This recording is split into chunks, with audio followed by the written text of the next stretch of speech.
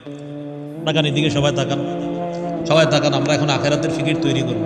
বুখারীর বর্ণনা, রাসূলুল্লাহ সাল্লাল্লাহু আলাইহি সাল্লাম একটা চতুর্ভুজ আঁকলেন। এটা কি বোঝ? ওই অঙ্কের ছাত্ররা কোথায়? এসএসসি তো চলতেছে মনে হয়। এটা কি বোঝ? চতুর্ভুজ। এই চতুর্ভুজটা আঁকার পর দেখেন আল্লাহ রসুল মাঝখান থেকে একটা বড় দাগ দিছে। এই দাগটা চতুর্ভুজের বাহিরে নিছে। তাহলে আবার বলছি, চতুর্ভুজ মাঝখানে একটা দাগ দিছে। দাগটা ভিতরে আছে না বাহিরে?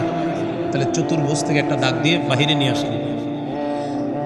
বাহিরে যে দাগটা আনলেন, এই মাঝখানের দাগটার আশেপাশে, মানে এই দাগগুলোর ভিতরে মাঝখানের দাগের আশেপাশে ছোট্ট ছোট্ট অনেকগুলা দাগ দিস।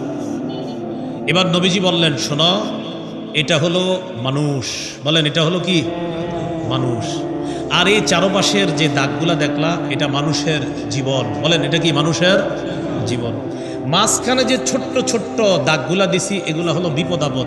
মানুষ আজকে বিপদে পড়ে একটা, আবার শেষ হয়, আবার কালকে আসে। এইভাবে তার জীবনে বালা মুসিবত আসে, আবার ভালো অবস্থা আসে। এইভাবে মানুষের জীবন। তাহলে দেখেন, মানুষের জীবন, মানুষের বালা মুসিবত, আর এটা হলো মানুষ। মানুষ যে দাগটা দিছে নবীজি, দাগটা কি চতুর্ভুজের ভিতরে না বাহিরে? বাহিরে। এবার দেখেন নবীজি বলেন, মানুষের এই চতুর্ভুজের বাহিরে যে দাগটা দিলাম, এটা হলো মানুষের আশা। এটা কি বলেন তো? এবার তাকায় দেখেন তো, জীবনটা চতুর্ভুজ। এবার দাগটা কি আশার ভিতরে না বাহিরে? এই দেখেন, জীবনের বাহিরে আশা। এই যে মানুষের আশা হলো বাহিরেরটা। তাহলে বলেন তো, আশাটা কি জীবনের ভিতরে না বাহিরে? নবীজি বলেন, মানুষ মারা যায়, আশাগুলা থেকে যায়। এই যে মানুষ, এই যে মানুষ টোটালটা, হ্যাঁ মানুষ, এই যে জীবন, মানুষের জীবন দেখেন। এবার আশাটা কই জীবনের ভিতরে না বাহিরে? নবীজি বলেন, জীবন শেষ, আশা এখন এতটুকু বাকি।